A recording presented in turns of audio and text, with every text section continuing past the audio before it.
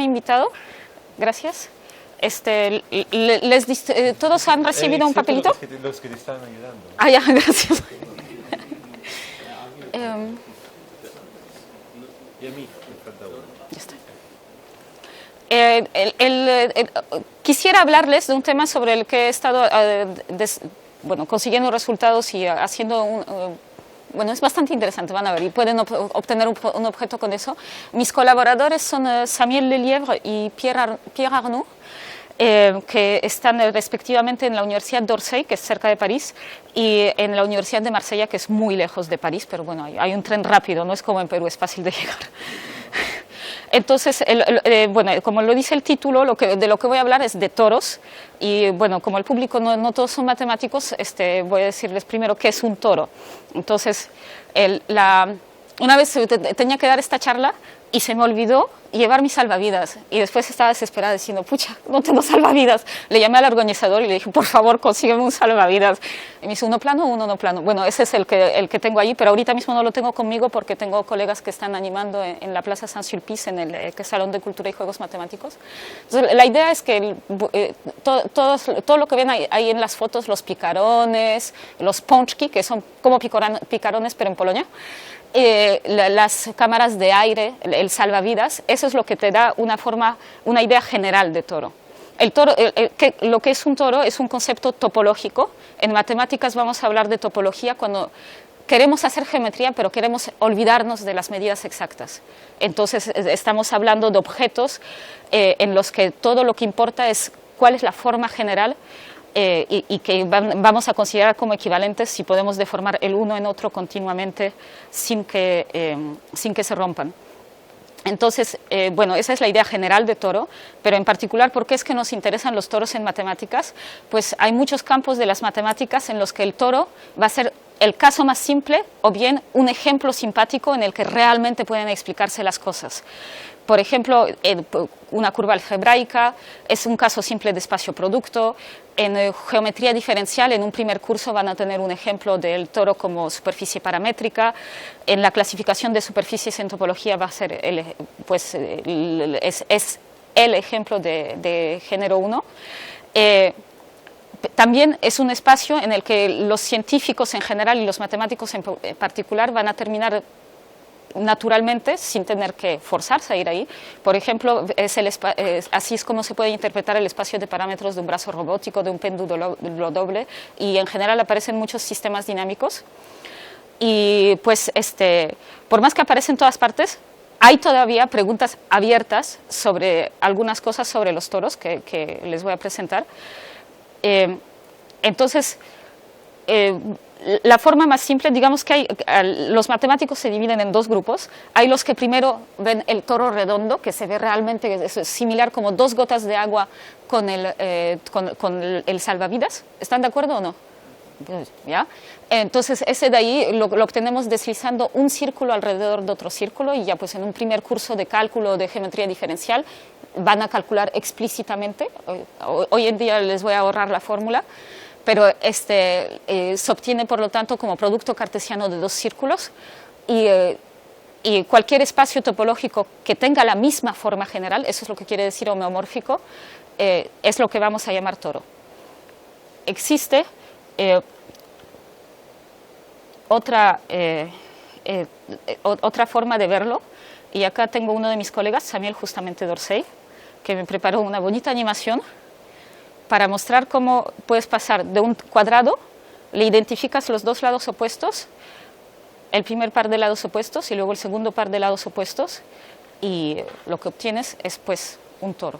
En esta deformación se fijarán que los cuadraditos que estaban de tamaño uniforme en el comienzo, al final terminan completamente deformados. Entonces, si quiero pasar del cuadrado donde identifiqué los lados opuestos al toro que se parece al salvavidas, pues la primera forma en la que piensa la gente es en esta, y ahí le estoy deformando su geometría. Mi cuadrado al comienzo tenía una geometría intrínseca que venía del hecho de que es un cuadrado, pues, como ustedes conocen, un cuadrado como del que tienen costumbre desde primaria, que es plano en el interior, y de hecho va a ser plano también en los puntos del borde, porque en el borde derecho, borde izquierdo, recuperas 180 grados a la derecha, un ángulo de 180 grados a la izquierda y pues recuperas 360 grados, y en la esquina 4 ángulos rectos, pues recuperas 360 grados y termina plano en todas partes. Y en general lo que vamos a llamar toro plano es cualquier toro. Toro, recuerden, es un concepto topológico, ¿ok? Entonces cualquier cosa que tenga una forma general como el salvavidas y que también tenga una geometría encima, que sea una geometría plana en todas partes, eso es lo que vamos a llamar un toro plano. Y resulta que todo toro plano puede obtenerse por una construcción análoga a esta del cuadrado, solo que no siempre va a ser un cuadrado, va a ser, en la regla general va a ser un paralelogramo en el que se han identificado los lados opuestos. Entonces, vamos a ver 2 ejemplos. Por favor, presten atención, este es ejercicio para ustedes.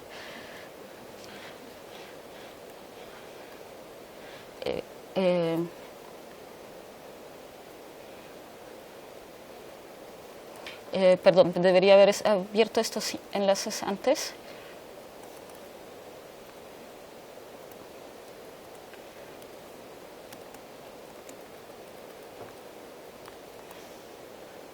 Entonces, esta es una galería que tengo en línea de objetos 3D, aparte de los objetos físicos que paro llevando conmigo. Entonces, los 2 ejemplos que les quería mostrar es este de acá y el toro diamante, que voy a mostrar en un rato. Comencemos por este. ¿Están de acuerdo que es un toro o no? Sí, ok. ¿Están de acuerdo que hay una geometría natural encima? La geometría que, bueno, es un poliedro. En el interior de las caras del poliedro va a ser plano, en las aristas va a ser plano porque es como con cualquier papel, si lo doblo y lo desdoblo, la geometría del papel no ha cambiado, no lo he roto, no han cambiado las distancias, no han cambiado los ángulos. Entonces los únicos puntos potencialmente problemáticos son los vértices. Los vértices que están hacia afuera tengo 3 ángulos rectos, entonces eso me da 270 grados. ¿En el plano es posible tener 270 grados alrededor de un punto o no?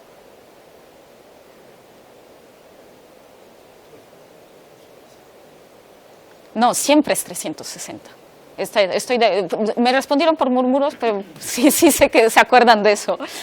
Entonces, acá me falta un ángulo recto, y en los ángulos internos tengo 1, 2, 3 ángulos rectos así, más 1, tengo 5 ángulos rectos. ¿Es posible tener 5 ángulos rectos alrededor de un punto en el plano?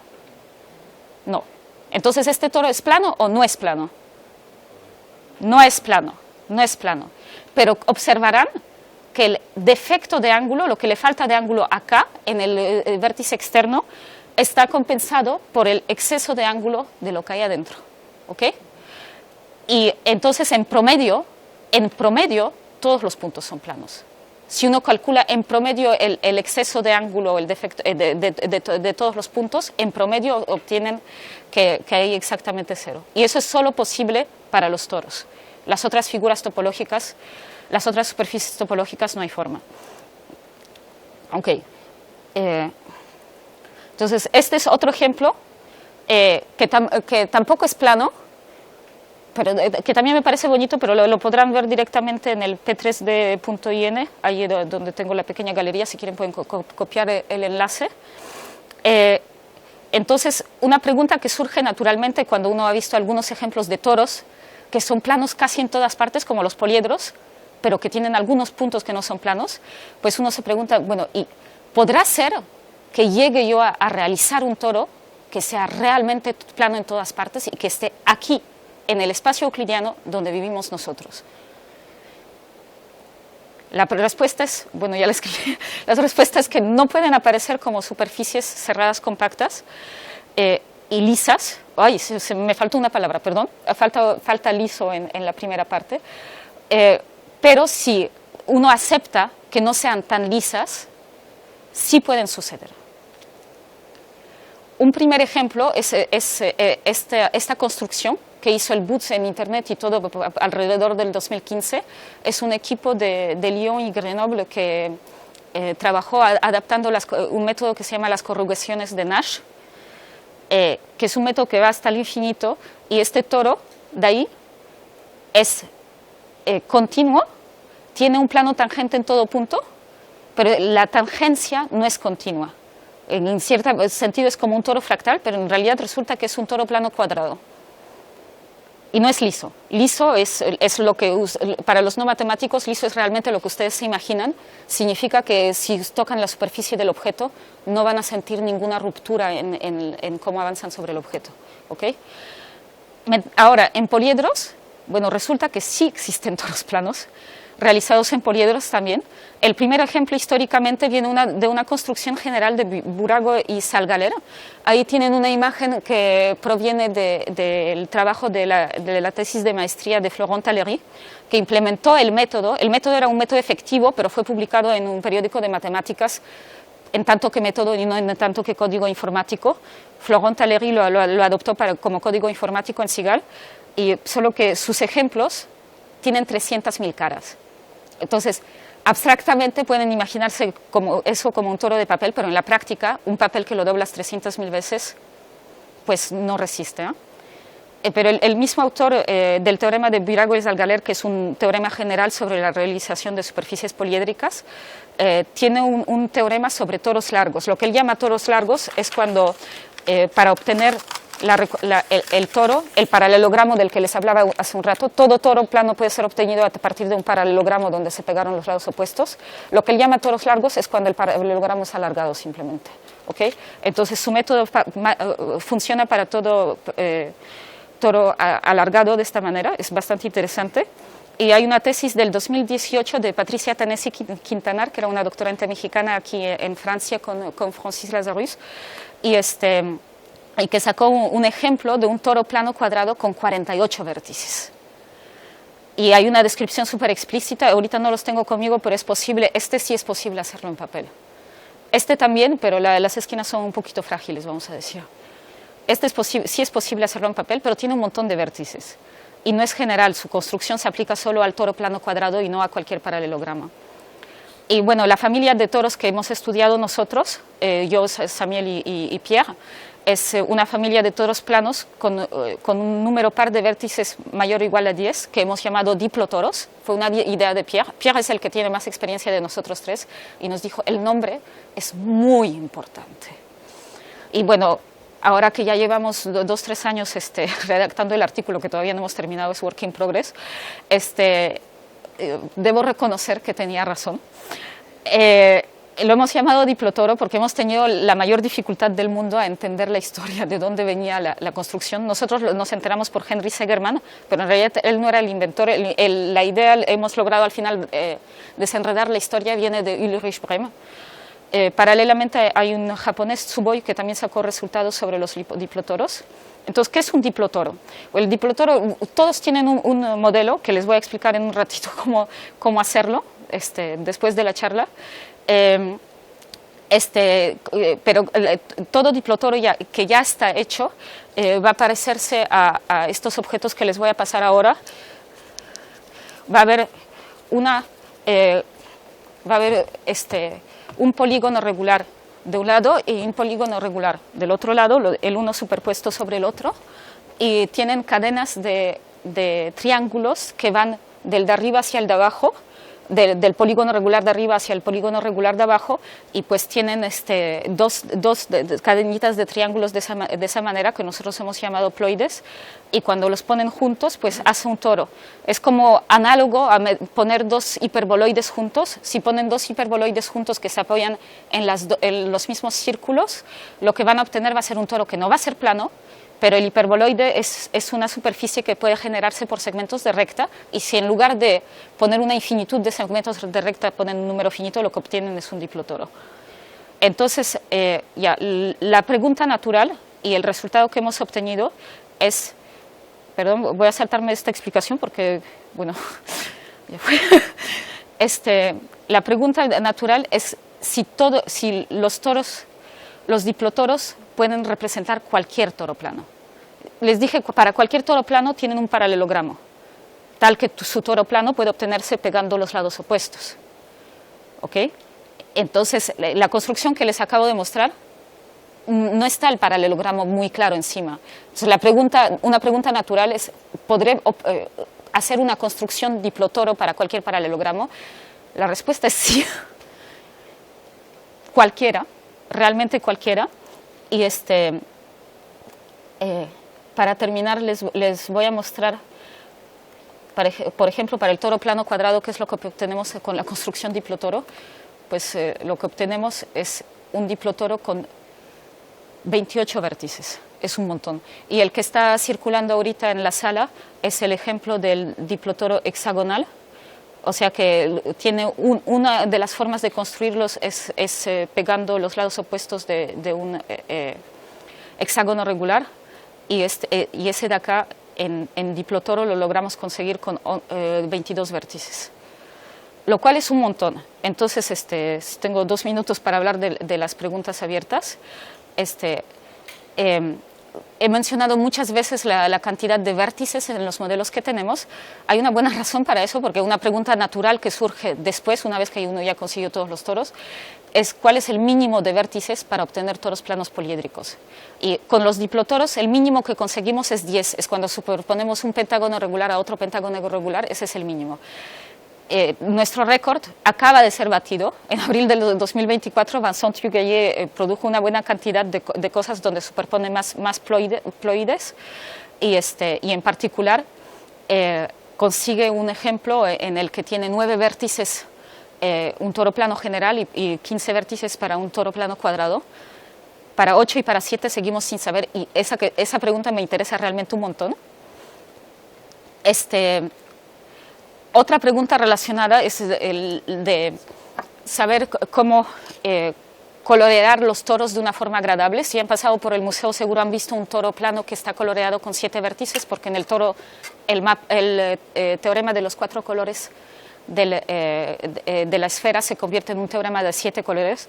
Nosotros con los diplotoros podemos hacer un coloreaje bastante fácil en 7 colores, con el diplotoro basado en 2 heptágonos, pero es una de las formas de colorear. Existen otras formas de colorear el toro con 7 países, de tal forma que cada país toque a los 6 otros y necesites de pronto 7 colores, ¿no? Y la última pregunta relacionada es, bueno, ¿cómo le hago para... esta misma pregunta sobre los toros y su realización poliedral plana se puede traducir a otros poliedros que tengan más género, más huequitos, digamos, en el salvavidas. ¿Cómo hacer para realizarlos con una distribución del exceso de ángulo que sea más uniforme? Un poco como el equivalente de los sólidos de Platón, de los poliedros de Platón, pero en más género. Y recíprocamente, si tengo ya un poliedro que tiene mucho género, ¿cómo hacer para hacer el desarrollo plano de este objeto?